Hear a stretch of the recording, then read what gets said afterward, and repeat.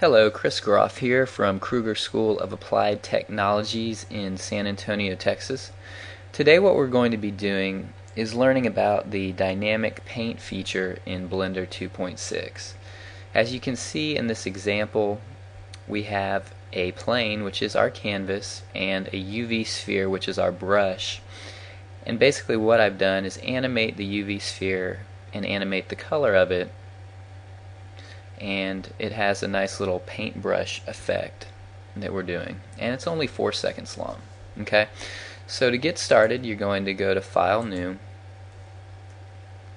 and the first thing we want to do is add our canvas. So go to Add Mesh and Plane and hit S and then 9 and left click or press enter, and that will be our canvas. And what we want to do is we want to subdivide it. So let's go into edit mode.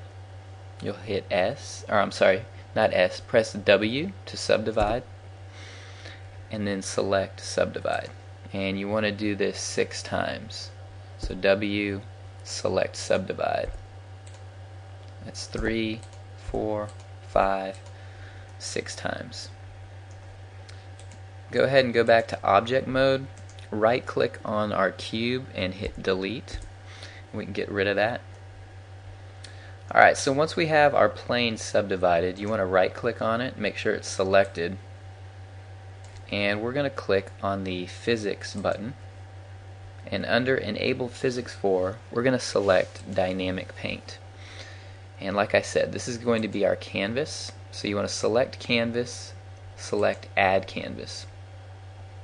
I'll talk about some of the features that are on the canvas. First one is the format. Right now we have it on vertex, and what vertex does is it uses the vertexes or the vertices to hold information about the color, and that's why we subdivided it. If we didn't do that, we just have the 4 vertices on each corner and you wouldn't be able to see the color.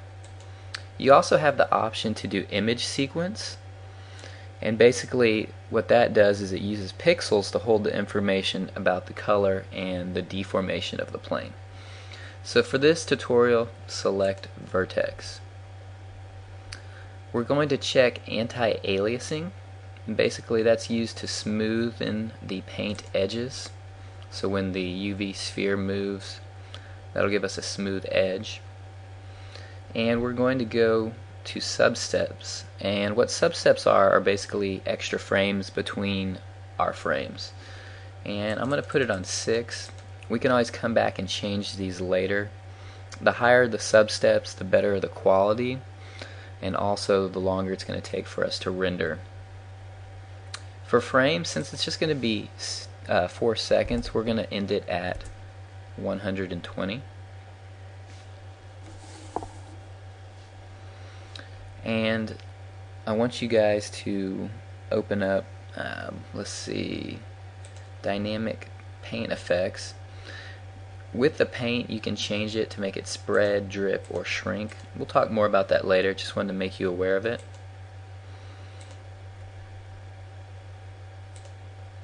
Alright, okay, so that's everything set up for the canvas. Now what we need to do is go to add mesh and add in our UV sphere, and the UV sphere is going to serve as our paintbrush, and I'm just going to move it so it looks like this, top down. You can also press 7 on your number pad and that will do the same thing here. Okay, so with your UV sphere you can kind of sink it into the plane like that. I'm going to press 7 again so we can see it from the top. Alright. Okay, so let's go ahead and set up the UV sphere to a paintbrush. So you want to select physics, select dynamic paint, and we want to select brush and then add brush. And basically I'm going to talk to you guys about dynamic paint source. There's 5 different options that you can use, and this will affect how it looks. In the example I had it on object center, so that's what you saw. Mesh volume, what that does is the paintbrush affects the canvas basically within wherever the mesh is touching it. So the mesh of the UV sphere or another object. Proximity is basically how close the object is. So for us, that would be our UV sphere, how close it is to the canvas, which is our plane. Mesh volume and proximity is a combination of those first two. Object center, basically it calculates where the object center is. It'll give you a smaller painted line. And then particle system, the canvas is affected by where the particles collide with the canvas, and that could be pretty cool to use as well if you wanted to put like a plane up above your canvas plane. Okay, so those are some of the different ones. I'm going to select Object Center because I like it, and then within each of those there's different variables that you can change to make it look like how you want it to. Alright, so we have it set up. What we want to do now is basically animate it. Okay, so we're at frame 1 here, so I'm going to leave it down here at the bottom, and I'm going to press I to insert a keyframe, and I'm going to select location. And I'm also going to hover my cursor over, basically you want to select a color to start with, hover your cursor over that color, and then push I, and when you do that you'll see that the outline will turn yellow, and that's how you know you have a keyframe there. Next, we're going to go to frame 30, and you want to move your UV sphere. I'm going to move it to this top right corner, and once I have it in position I'll press I again, select location, and then I'm going to change the color here.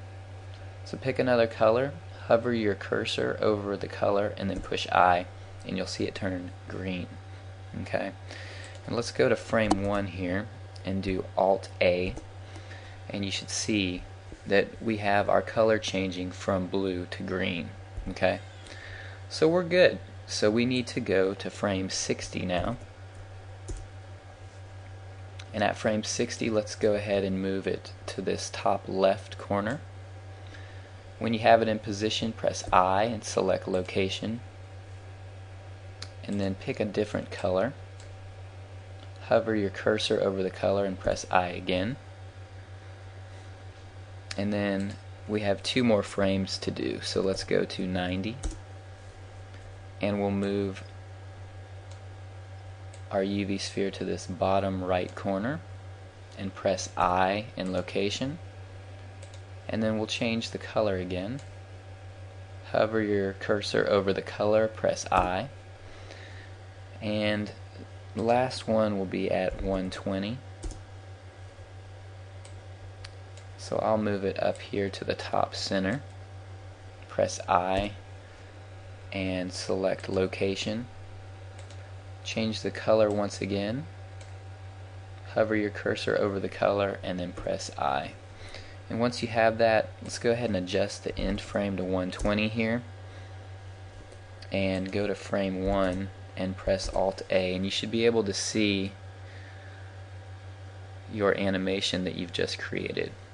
Okay, so at this point you're basically done with part 1. If you want to add more frames you can. For the sake of our class, I'm going to leave it at 4 seconds, that way we can render it quickly and it'll look nice. Okay, so at this point go ahead and save it, do File, Save As, go to the 506, your period, your folder, and Blender, and let's name this one paint.blend, and click Save.